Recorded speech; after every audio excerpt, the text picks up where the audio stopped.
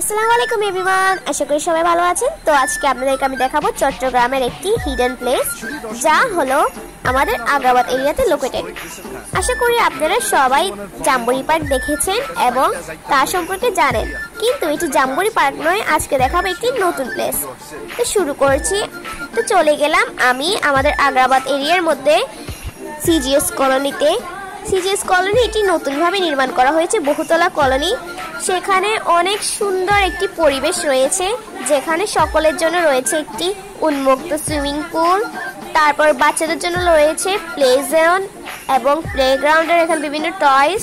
তারপর যারা অসুস্থ বা ডায়াবেটিস আছে ওনারা সবাই এখানে হাঁটতে পারবেন। হাঁটার জন্য খুবই একটি বেস্ট পরিবেশ। এখানে মানে মহিলাদের জন্যও ভালো ব্যবস্থা আছে, ফুলি মানে এখানে সেফটি আছে সবার জন্য। এবং এখানে মানে ফটো তোলার আর ব্লগ করার জন্য